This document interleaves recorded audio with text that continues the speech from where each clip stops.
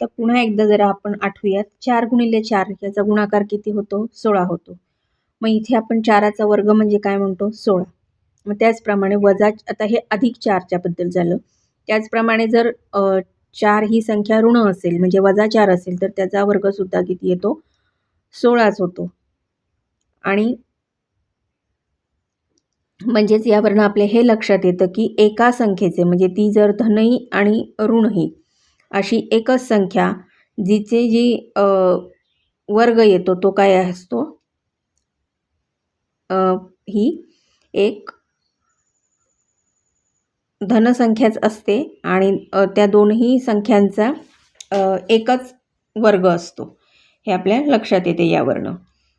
तर आता जे धन 16 आहेत ते कसे दाखवले जातात? वर्गमुळात 16 याप्रमाणे ते दर्शविल्या जातात. आणि जे ऋण 16 आहेत ते कशा प्रकारे दाखवतात? वजा वर्गमुळात 16. म्हणून वर्गमुळात 16 बरोबर 4 आणि वजा वर्गमुळात 16 बरोबर वजा 4.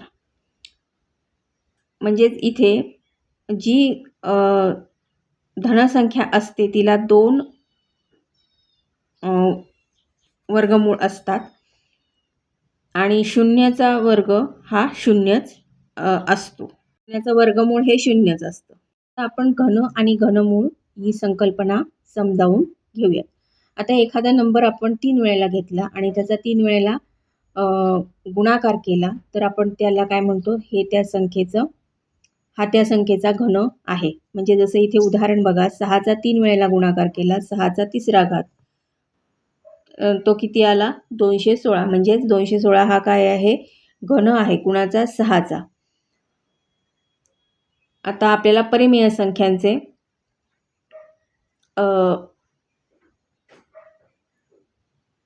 घन इथे शोधायचे आहेत.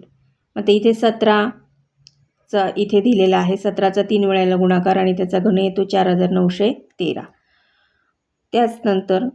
त्याचप्रमाणे वजा 6चा घन येतो वजा 216. वजा 2/5चा 8/125. 1.2चा 1.728 आणि 0.02चा 0.000008 याप्रमाणे येतो.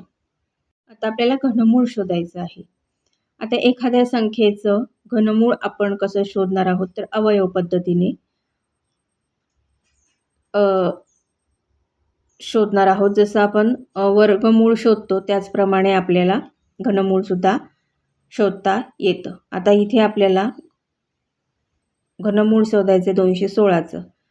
मग आता आपल्याला त्याचे की 216 ही संख्या कोणत्या संख्येने तिला भाग जातो किंवा ती विभाज्य आहे हे आपल्याला बघायचं आहे.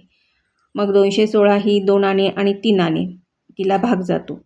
मग हे आपण इथे लिहिलं 2 गुणिले 2. तिला आधी आपण भागून घेतलं व्यवस्थित. 216 जशी आपली जी अवयव पाडण्याची पद्धत आहे, 216 ही अशी उभी रेघ, पुन्हा ही आडवी रेघ आणि लहानात लहान संख्येने आपण तिला भागायला सुरुवात करतो.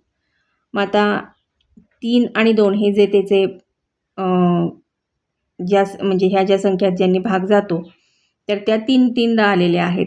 मग त्यांना आपण जर ग्रुप केला, त्यांचा एक गट तयार केला तर तो याप्रमाणे गट तयार होईल. 3 गुणिले 2 गुणिले एका कंसात गुणिले 3 गुणिले 2 दुसऱ्या कंसात गुणिले 3 गुणिले 2.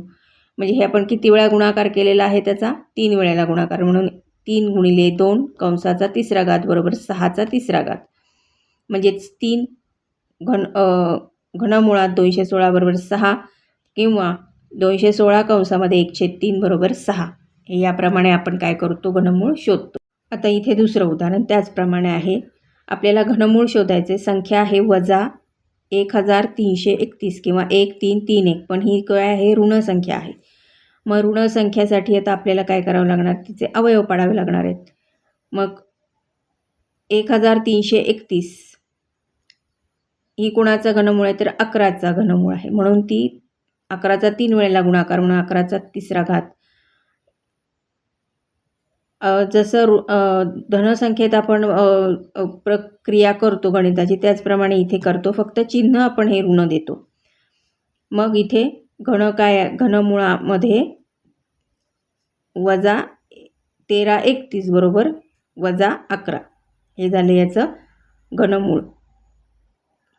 1331 या संख्येचं फक्त इथे चिन्ह आहे ऋण. त्याचप्रमाणे हे पुढचं उदाहरण 1728.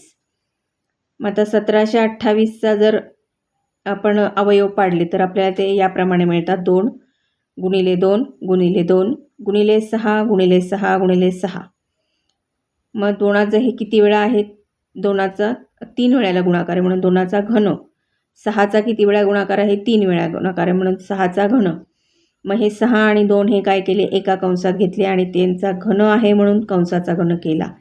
इथे सूत्र आपण एचा एम वा गुणिले बीचा एम वा म्हणजेच ए गुणिले बी कंसाचा एम वा. मग आता घनमुळात 1728 बरोबर 2 गुणिले 6 बरोबर 12. इथे आपल्याला काय लक्षात घ्यायचं आहे की वजा 1728चा जे घनमूळ येणार आहे ते वजा 12 येणार आहे. त्याचप्रमाणे इथे जी अपूर्णांक संख्या आहे तिचं पण आपण हे त्यांनी उदाहरण दिलेलं आहे आणि त्यासाठी सूत्र वापरलेलं आहे a/b कंसाचा एम वा घात. हे इथे सूत्र वापरण्यात आलेलं आहे. म्हणजेच एचा एम वा घात आणि छेद बीचा एम वा घात म्हणजेच काय? एचा एम वा कंसाचा a/m बरोबर ए. याप्रमाणे हे उदाहरण सोडवलेलं आहे. आता हे सराव संच 3.3